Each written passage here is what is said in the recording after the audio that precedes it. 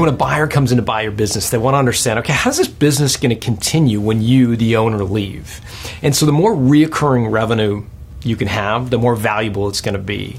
And I found that there are really 6 different forms of reoccurring revenue, and buyers view each of the forms a little bit differently. I'm going to give you the 6, kind of like a David Letterman's top 10 list. I'll start from the lowest valuable one and end with the most valuable ones in the eyes of an acquirer. The first of the 6 forms of recurring revenue is simple consumables. So I'm a coffee drinker. I probably have 2 a day. So in the morning and usually after lunch, I've got a refill on coffee. So it's a simple consumables business. One step up the ladder is a sunk money consumable. So you've seen these Nespresso coffee makers where you've got the machine and then you buy the little capsules. That's called a sunk money subscription because you've sunk money into the machine. You're way more likely to buy the capsules from the same company.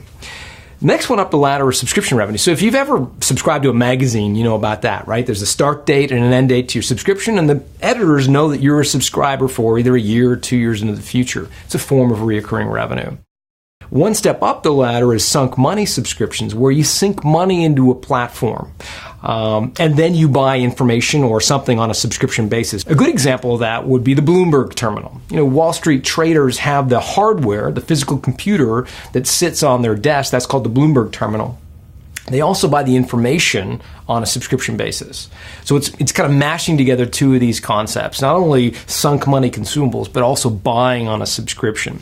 Auto renewal is the next rung up the ladder, where instead of having a start and a stop date to a subscription, it's in perpetuity. So, when you store documents, for example, with a document storage company like Iron Mountain, that's in perpetuity. They keep the documents until you say, send them back or shred them. And they just keep billing you on, a continuum basis. That's auto renewal or evergreen. The most valuable form of recurring revenue is contract revenue, where a customer is contractually obligated to buy from you into the future. And that, of course, is the most rock solid form of recurring revenue. So to improve your score on this attribute, what you want to try to do is both walk up this hierarchy of recurring revenue. Think of it as a ladder moving up the rungs on the ladder. So if you've got subscription revenue today, think about if you could turn that into auto renewal subscription, or if you've got evergreen subscription, could you make those contracts? Once you can climb up as high as you can, you really want to focus on the proportion of recurring revenue. The ideal is 100%. Very few businesses get there, but the higher proportion of recurring revenue and the higher up the ladder you go, the more valuable your company is going to be.